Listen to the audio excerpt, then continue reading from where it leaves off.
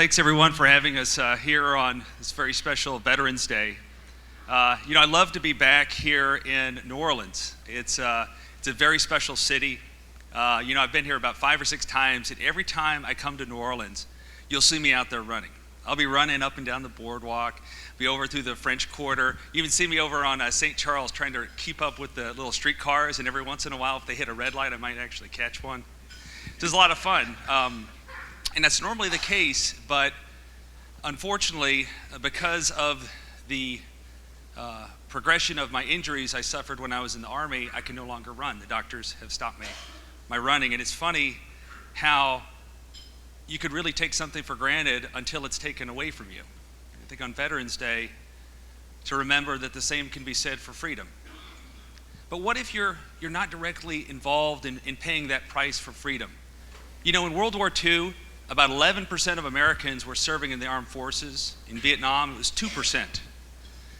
Right now, if you want to find somebody that served in the current war on terror, you're going to have to go and knock on 150 homes to find one person. So it's hard to think about all of those folks. You think in the war on terror, we've lost about 12,000 men and women. About 33,000 have been wounded. Now, when I say those numbers, what comes to mind? Is it a sigh? Is it sadness? Is it disdain? Whatever you're feeling, it's not your fault. 10 years is a long time. You can become desensitized. They're no longer, names, they're numbers. It's hard to see the face, the loved one that number represents. But it's important that this is Veterans Day, so we're not only thinking about those service members who have given their lives, but also the ones that are still with us. So what are you supposed to do on Veterans Day to honor those veterans that are still with us that have served? Do you say, thank you for your service? I say yes, that's a great one. That's a great thing. I used to go to my son's elementary school class and with all the little boys and girls, and I would have them go that night and call their grandpa and say, thank you, Grandpa, for your service. And I know that it was so genuine, so heartfelt, that Grandpa, was reminded why he fought. And it's very special. So yes, that's a great way. But what else can you do? John F. Kennedy said that as we show our appreciation, we must never forget that the best way to show our gratitude is not to utter words, but to live by them. I believe that all of you at Rebuilding Together do live by them. By rebuilding the homes of 1,000 veterans, you have all lived by them. And the thing is, the good you think you're doing is not always the good that you're actually doing. We just were at the 1,000th Heroes at Home rebuild that Gary mentioned, and the Army sergeant there, his name was Johnny Agby, and he said something very profound.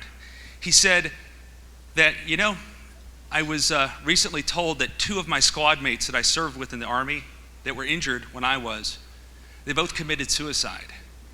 And just this week, 2 days ago, I learned a statistic that 17 veterans a day commit suicide. And Johnny went on to say that so when you think you're out there rebuilding a home, you may actually be saving someone's life and not know it. We were recently in the south side of Chicago and rebuilding the home of Army Sergeant Danielle Green-Bird. And Danielle was a very, very tough cookie. She was in Baghdad. She took a direct hit from a rocket-propelled grenade, an RPG. It hit her, it completely blew her left arm off. And she never stopped fighting. She came back to Chicago. She has fought her way to earn 2 master's degrees. And now she is working for the VA, counseling other combat veterans. So by you going out and helping her, you're helping all the veterans that she is helping. Even 2 weeks ago, we were with our very first Heroes at Home rebuild. It was Army Sergeant Ryan Major. And when Gary and I got a chance to meet him, we kind of get to catch up with him and see what's going on. And you know what he was doing? He was preparing to take his wheelchair and go do the Baltimore Marathon. So, yeah, he did not take the easy path, right? So you think of all those individuals and what they've done. You know, Sears, like Gary had mentioned, has provided $16 million to Rebuilding Together, and I'm amazed at all that you have accomplished with that resource. Sometimes 4 and 5 times that amount of renovations are actually being done with those resources. You do such an amazing job with that. And right now, as you all know and sometimes feel, the economy is hard on everyone right now.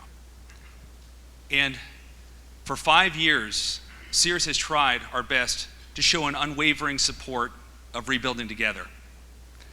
And like Gary mentioned, I ask that you remember that support when you need for your rebuilds an appliance, hardware, some tools.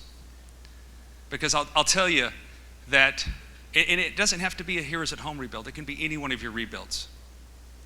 I know that a lot of you do shop at Sears, and I really appreciate that. A lot of you have told me so, and I have utmost thanks for you. And a lot of you have been frank and said, you know, I just kind of go to other stores out of habit. You know, maybe sometimes out of convenience. But I'm asking you to please start a new habit of shopping at Sears. Because I'll tell you that your patronage of Sears will help us to help you rebuild that next 1,000 homes. It'll help us to help find new ways to provide you resources to do the amazing work that you're doing out in those communities.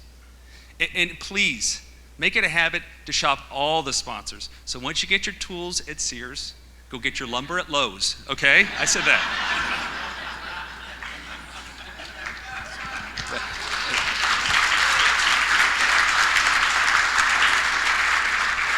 But I can't just sit here today and ask. I have to give. And I come standing here with 300,000 dedicated Sears employees ready to volunteer on your projects. Now, Shantae, could you raise your hand, please? I want everybody to see Shantae Reed. So she has flown in for this convention for one specific reason, and that is to meet every one of you personally. Shantae, she got a big task, don't you? So Shantae is set up right out in the resource fair, right on the end there. And we've asked her to come here to do 2 specific things. Number 1, to get you signed up, your affiliate signed up for the Sears loyalty program. So what that's going to enable us to do is once we've got that affiliate loyalty number for each of you, we're going to be able to give you additional rewards back. So Gary mentioned that $25 difference. We hope to give you $50 back. We've even created special things like these. This is for, if you can see the small print here, for Rebuilding Together affiliates only, 10 times rewards. So these are ways that we can start to provide more value for when affiliates shop at Sears. And we're working to be able to give our customers the ability to donate their points as well. And when they do, guess where those points are going to go? Right on your affiliate accounts. So again, a very important way for us to try to provide more value to you. Secondly is volunteers. Please provide a volunteer point of contact to Shantae. She literally runs volunteerism for the entire corporation, so she is the gatekeeper to thousands of volunteers, ready to go. Again, Heroes at Home rebuilds, yes. All your rebuilds, yes. She's got volunteers from Sears, Kmart, Lands' End, you name it. There's a lot of volunteers that are eager to help. So please make a point to see Shantae while you're here. You know, the type of partnership that Rebuilding Together has with Sears is not something that you see every day. It's something very special. And you can see the type of amazing good that it can do in our communities. So on this Veterans Day, I want you to be proud of the 1,000 homes that you've rebuilt.